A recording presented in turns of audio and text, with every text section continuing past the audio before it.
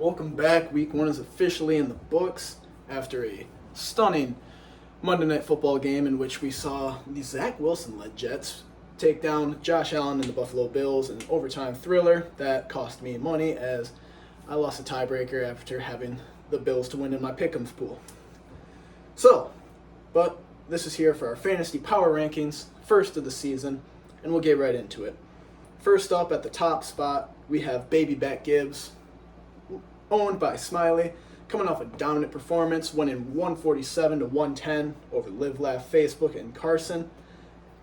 So going into it right away, he had a huge game from Christian McCaffrey with that 26 points, big game, 152 rushing yards. Then he also had Mike Evans, who, like I said, I had faith in, even with Baker Mayfield, put up 18 points. And then all around, his team was very solid. His lowest score was his tight end, but Baltimore struggled the entire day, even with getting the win. But, he still had 14 from Allen, 17 from Devonta Smith, 22 from Herbert. So an all-around good game. Even Jahmyr Gibbs, he only had 8 points, but I expect him to perform well throughout the year as it progresses. Carson, not a bad week for him either. Tua had a big game for him with 34 points, 26 for Diggs, but the rest of his team struggled. Both his running backs got less than 10 points on the day. Kittle only got 4.9, so I expect this team to improve. This is probably just a low point for him. I expect Jacobs to do better the year. Kittle, I expect him to have a good year. I think it was just a slow start for those guys. Kittle, he had to compete with McCaffrey and Ayuk stealing most of the show. I expect him to improve. Now, number 2 team in the league, I'd actually have to probably give this to Sierra's Cuck, owned by Russ Amadan. Dominating performance over Schindler's List, owned by Mike Moore, who put up a depressing 51 points. We've seen point totals that low in the league before, but that's after people have sold off towards the end of the year. We have yet to probably see that in a week 1 matchup. Even Russ last year put up 70 points with his QB getting him negative. But overall, good performance. 22 from Pollard, 19 from the Jets defense. And then the rest of his team, just outstanding performance. They hit that 19, 20-point mark with Amon-Ra, Lawrence, Waddle with a little bit of a slow game at 12. But you know what? Did not matter. He got what he needed, and it wasn't much. He could have had everyone probably bust with only 8 points, and he still would have beat Mr. Clean.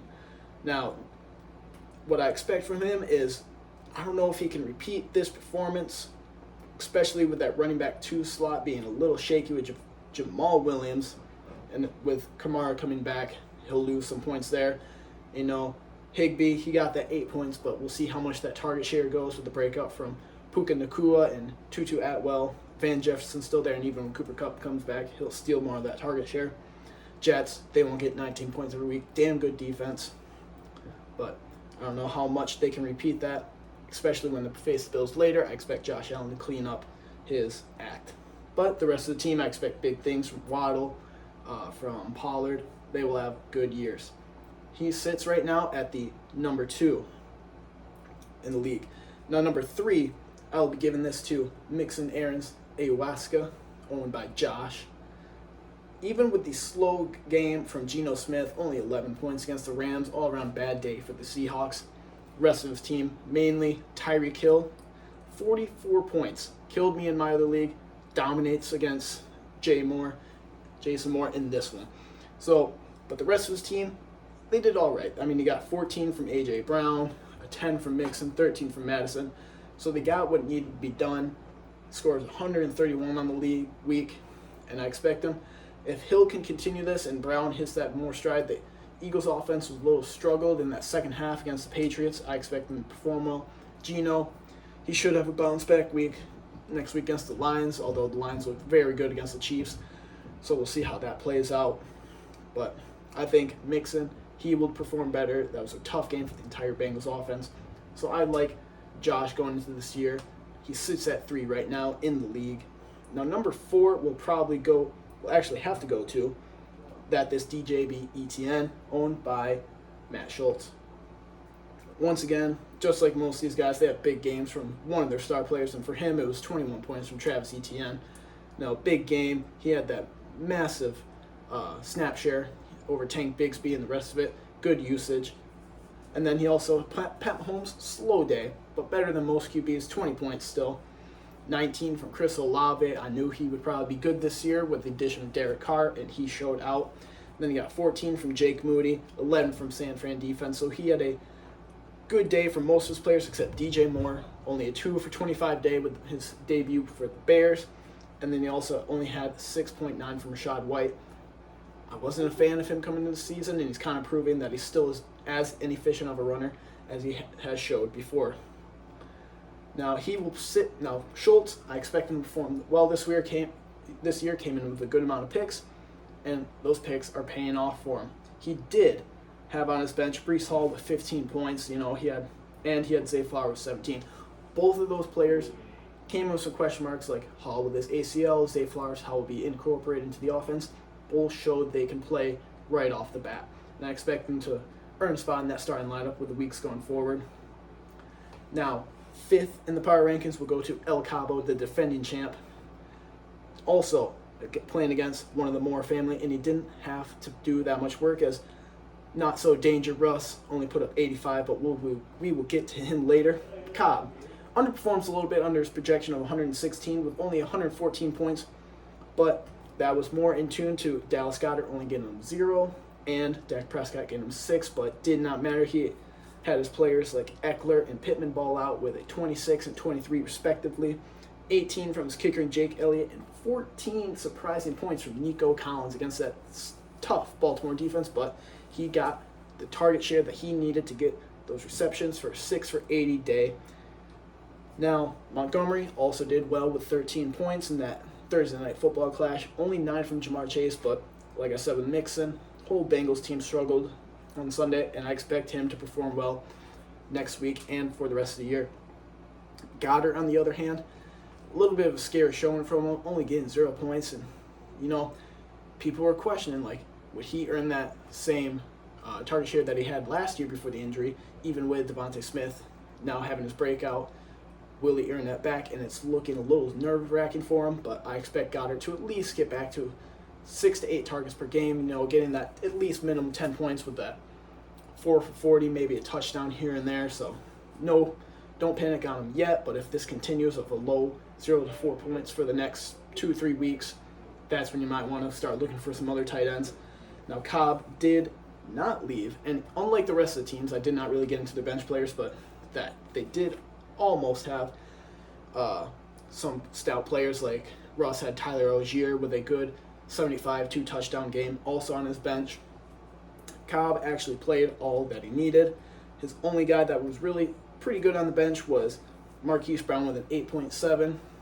Not a great day, but can be serviceable for some other teams. Now, 6th in the power rankings is actually going to go to a guy that lost this week, and that would go to Live Laugh Facebook, owned by Carson Moore. Now, he put up 110 points, which is actually, if he had not played Smiley, would have probably won him in most matchups this week. He had a great, like I said earlier, great performance from Tua with 34 points. Diggs put up 26 for him in that Sunday night football matchup. But it was just a tough draw with the rest of his players, like his running back struggling. But he has a foundation to go far again in this league this year, and I expect to make it back to playoffs, especially with the 8-team format. We'll see how he performs this next week. I expect to bounce back from Adams and Jacobs in that Raiders offense, and I expect more from Kittle. Purdy loved to feed him the ball last year, and I expect him to get a little more target share. And now into the 7th ranking of the power rankings goes to Parlay Melee, owned by Reed Zimmer. Reed came in with high hopes with all those draft picks that he had, but it was a scary first week. Again, Suck My Wake, owned by Chris Ritchie. And I guess this power ranking can go hand in hand as the 7th and 8th spot. Parlay Melee, 102 to 101.5 win. Barely squeaked it out. Josh Allen was his QB, only got him 12. Those 3 picks and that fumble really hurt his point scoring. That lost him 8 points right there. But even the rest of his team, like Swift, 1 point. Everett, 4 points. Ridley did get him 24 in that flex. And Debo and Metcalf both got 11 and 13 respectively, but he's got to get more from the rest of his players, and he's got to hope Allen gets that bounce-back game next week. Now, meanwhile, Chris Ritchie, he actually probably should have won, but there was that one killer spot in his wide receiver, and that was Drake London with a 0-point performance.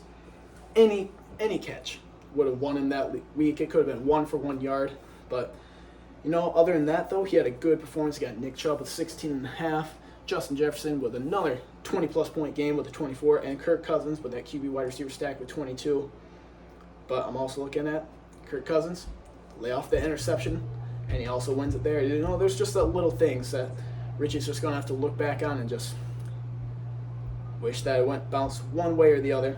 But I expect, Parlay Melee, they'll have a bounce back game. Their roster's too good to not to be in games this low scoring and this close. But Bijan up with 20 points, and I expect them to perform better going into the year. Richie, we'll see how his team performs. He had a good 11-point performance from New Orleans, and Kenneth Walker only 10 points, but it was just all like the Bengals. Bad performance from the Seahawks against a surprisingly good Rams defense.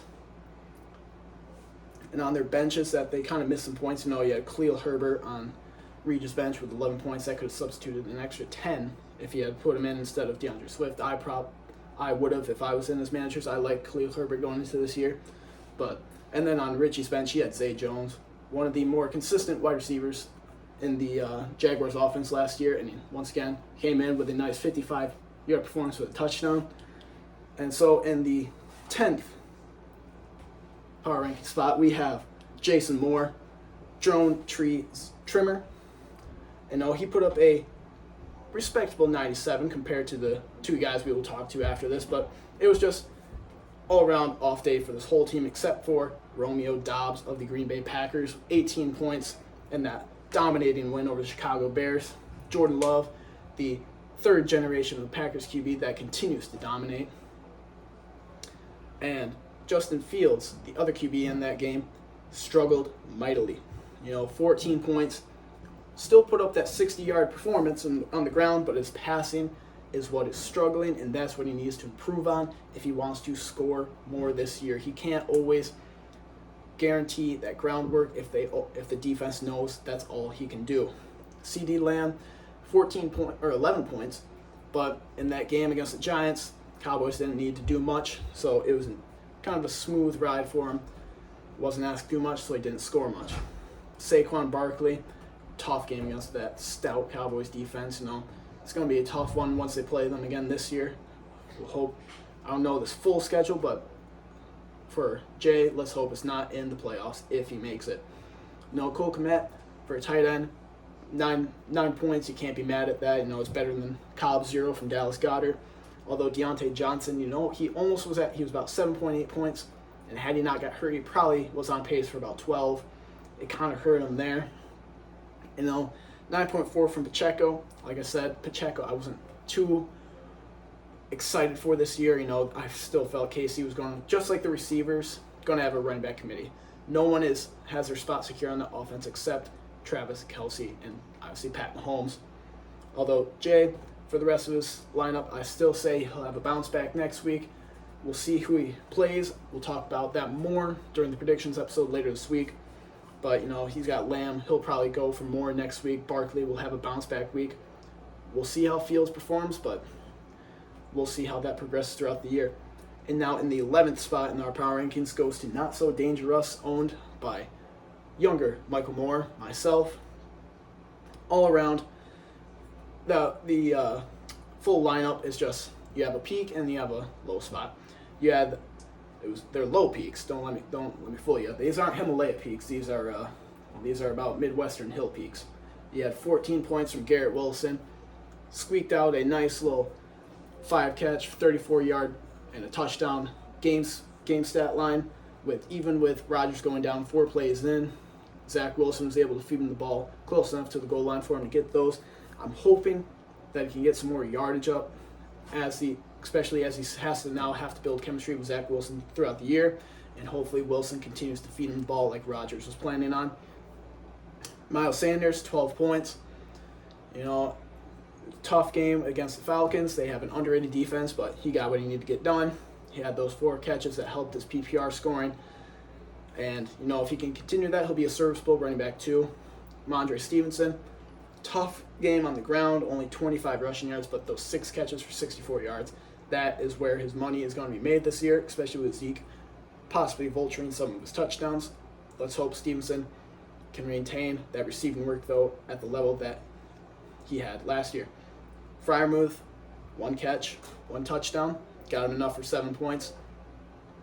From what he's projected against the 49ers, can't ask for much more. Sutton, 13 points. That was fairly good performance for how low passing yardage that the Broncos actually had against the Raiders. A little disappointed. I thought he could have had more, especially with that when he caught that first touchdown early in the game.